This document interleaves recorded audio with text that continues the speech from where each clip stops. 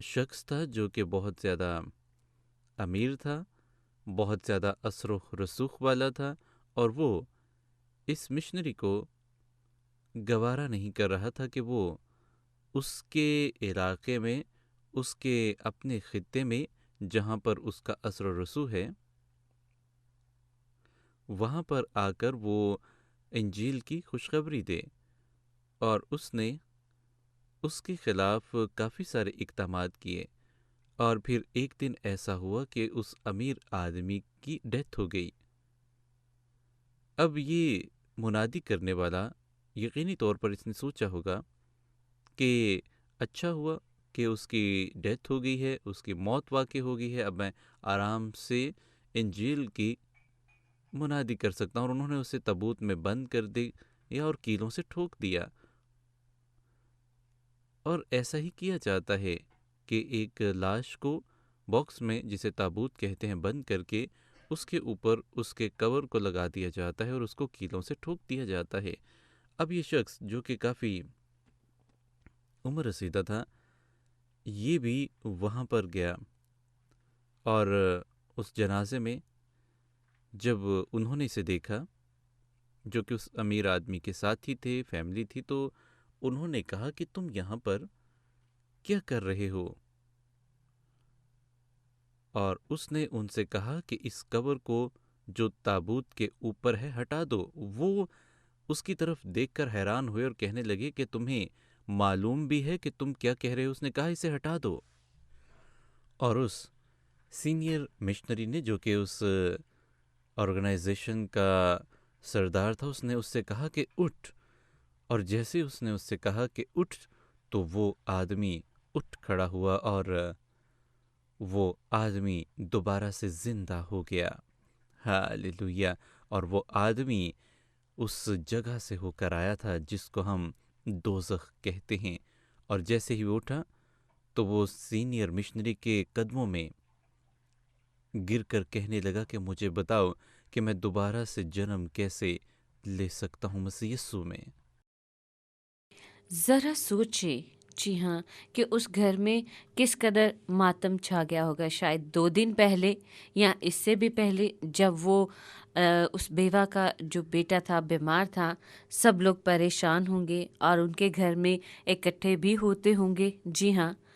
اور جب وہ مر گیا، جی ہاں، تو اس کی جو روح ہے وہ جسم سے الگ ہو کر جہنم یا پھر جنت، جہاں پر بھی گئی، جی ہاں۔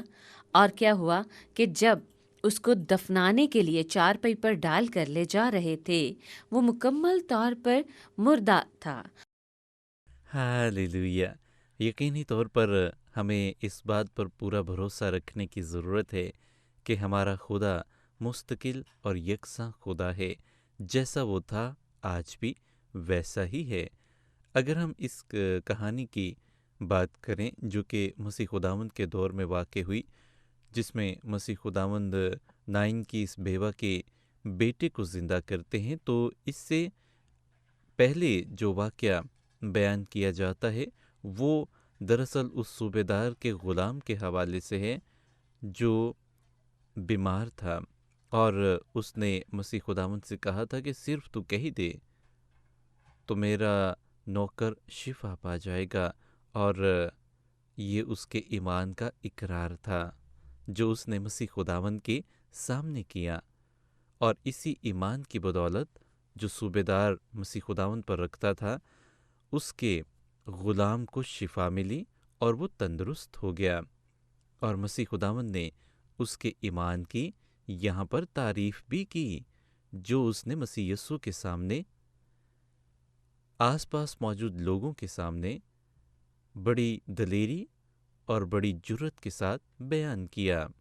اب یہاں پر اگر بات کی جائے نائن کی، جی ہاں، بیوہ کی، تو یہ ایک غریب خاتون تھی، اور اس کا واحد سہارا اس کا بیٹا ہی تھا، کیونکہ اس کا شوہر پہلے ہی مر چکا تھا، اور اب اس کے لیے اس دنیا میں کوئی امید باقی نہیں رہتی ہے۔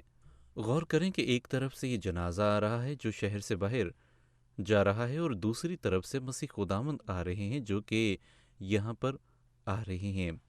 اور یہیں پر مسیح خداوند اس عورت کو دیکھتے ہیں، اور مسیح خداوند اس عورت کو جب روتے ہوئے دیکھتے ہیں تو اس کے پاس جاتے ہیں اور اس سے کہتے ہیں، اے عورت مت رو، تجھے رونے کی ضرورت نہیں۔ جی ہاں، اور بہت سے لوگ جو وہاں پر موجود تھے تو وہ یہ بھی سوچ سکتے تھے کہ ایک بہت بڑا مجمع جو ہے وہاں پر موجود ہے اور یسوع جو ہے وہ خدا کی عظمت کو بیان کرنا چاہتا ہے، اس کی بڑائی کو بیان کرنا چاہتا ہے، اس لیے اس نے یہ معجزہ کیا۔ لیکن مسیح یسوع نے کیا دیکھا؟ مسیح یسوع نے اس عورت کو دیکھا، اس کے آنسو دیکھے، اس کا غم دیکھا اور اس کا دکھ بھرا دل دیکھا۔ بائبل ہمیں یہی بتاتی ہے۔ جی ہاں، اور جب مسیح خداوند اس بیوہ عورت سے کہتے ہیں کہ مت رو، تو وہ جنازے کو روکتے ہیں اور اس کے تابوت کے کور کو کھولا جاتا ہے، اور مسیح خداوند کہتے ہیں کہ نوجوان میں تجھ سے کہتا ہوں کہ اٹھ، اور وہ نوجوان اٹھ کھڑا ہوتا ہے اور وہ باتیں کرنے اور لگتا ہے۔ ہم یہاں بہت حیرانی والی بات دیکھتے ہیں، جی ہاں، کہ وہ ایک دم سے مردہ حالت میں اٹھا، جی ہاں، باتیں کرنا شروع ہو گیا۔ جی، اور اٹھتے ہی بولنا شروع کر دیا۔ جی ہاں، وہ بولنے لگا۔ اور ہمیں یہاں پر اس کہانی کے حوالے سے زیادہ بات کی تفصیلات تو نہیں بتائی گئیں، لیکن ہاں، مسیح خداوند اس لڑکے کو اس کی ماں کے سپرد کر دیتے ہیں۔ کتنا خوبصورت ہے یہ! جی ہاں، ہمیں سوچنا چاہیے کہ اس وقت کیسا منظر ہوگا جب وہ لڑکا اپنے کفن سے باہر آیا، جی ہاں، اور سب سے ملا ہوگا، اور اس نے جب بولنا شروع کیا تو تمام جو ارد گرد کے لوگ تھے، جس میں مسیح یسوع جو تھا وہ گھرا ہوا تھا، اس میں سے کافی ڈر گئے ہوں گے اور باقیوں نے جا کر اس خبر کو چاروں طرف پھیلا دیا۔ اس کے بعد ہم دیکھتے ہیں مقدس لوکا باب نمبر 7 اور آیت نمبر 16 میں اگر آپ دیکھیں، اور سب پر دہشت چھا گئی اور وہ خدا کی تمجید کر کے کہنے لگے کہ ایک بڑا نبی ہم میں برپا ہوا ہے اور خدا نے اپنی امت پر توجہ کی ہے۔ میرے عزیزو، یہ بہت ہی خوبصورت ہے، اور مزید لکھا ہے، اور اس کی نسبت یہ خبر سارے یہودیہ اور تمام گرد و نواح میں پھیل گئی۔ یہ بہت بڑی خبر تھی جو کہ وہاں پر پھیل گئی، کیونکہ یہ ایک ایسا کام تھا جو کہ ان لوگوں کے لیے مافوق الفطرت کام تھا،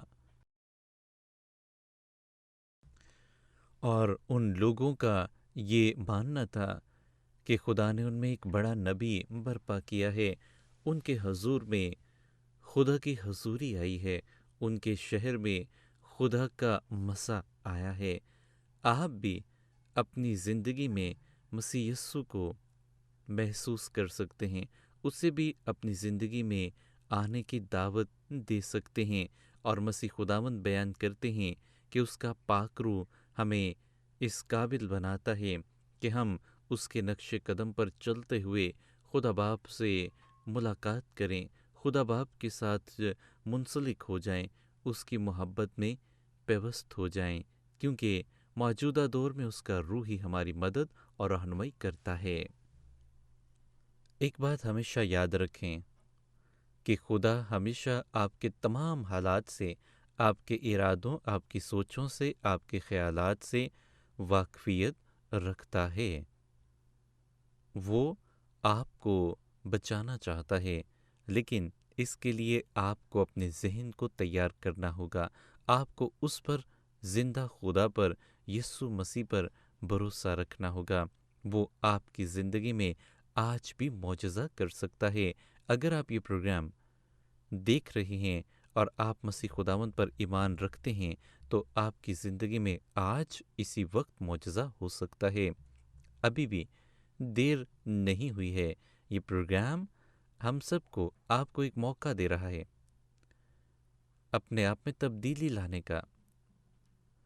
اگر آپ جسمانی طور پر کسی ایسی بیماری کا شکار ہیں کہ ڈاکٹرز نے آپ کو جواب دے دیا ہے اور آپ مایوس ہیں، اگر آپ اپنے مالی معاملات کی وجہ سے، بینکوں کے معاملات کی وجہ سے، اپنے قرضہ جات کی وجہ سے پریشان ہیں، تو بھی آپ کو گھبرانے کی ضرورت نہیں ہے۔